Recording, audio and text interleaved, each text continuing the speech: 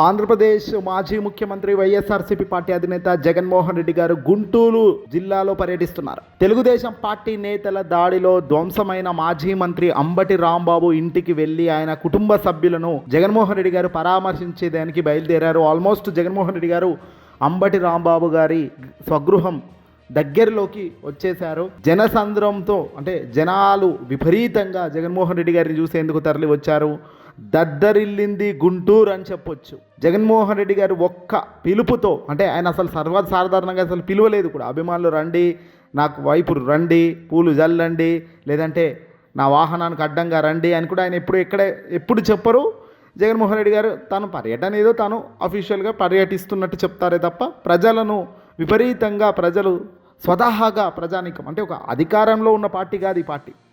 ప్రతిపక్షంలో ఉన్నప్పటికీ, ప్రతిపక్ష పార్టీలో ఉన్నప్పటికీ, ఆ ప్రతిపక్షంలో పార్టీలో ఉన్న జగన్మోహన్ రెడ్డి గారికి మద్దతుగా ప్రజాదరణ విపరీతంగా పెరుగుతుండడం ఇది ఒక కాలింగ్ బెల్ లాంటిది కూటమికి. కూటమి చేస్తున్న తప్పులకు, కూటమి ప్రవర్తనకు, కూటమి అరాచకాలకు, కూటమి వ్యవహరిస్తున్న వ్యవహార శైలికి ఒక భిన్నమైన తీర్పు ప్రజలు ఇస్తున్నారు. అందుకే ప్రజాదరణతో ఇలా జగన్మోహన్ రెడ్డి గారికి అభివాదిస్తూ వస్తున్నారు. ఇది కాసేపటి క్రితమే జగన్మోహన్ రెడ్డి గారు అంబటి ఇంటికి వచ్చేశారు. ఆల్మోస్ట్ ఈ క్రమంలో భారీగా జనం తరలి వచ్చారు. జగన్ వెళ్తున్న సమయంలో భారీగా వైఎస్ఆర్సీపీ కార్యకర్తలు, అభిమానులు భారీ సంఖ్యలో తరలి వచ్చారు. జగన్ కాన్వే వెంట వారంతా ముందుకు సాగుతున్నారు.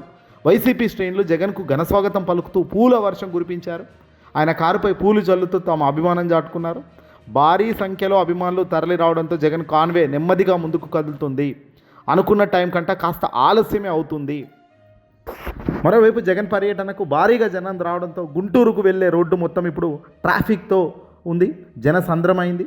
జగన్ వస్తున్న సందర్భంగా కూటమి సర్కార్ జంగిల్ రాజుకు వ్యతిరేకంగా జనం ఒక్కటయ్యారని చెప్పొచ్చు.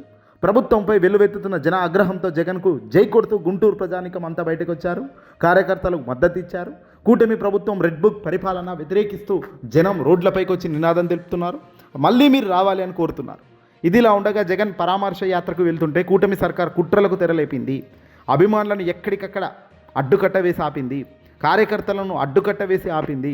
వీటికన్నిటికీ చెక్ పెడుతూ జగన్మోహన్ రెడ్డి గారు చీల్చుకుంటూ తన పర్యటనను ముందుకు సాగిస్తున్నారు. జననేత జగన్మోహన్ రెడ్డి గారి కోసం భారీగా తరలి వచ్చిన జనం ముందుండి జగన్ నడిపిస్తున్నారు.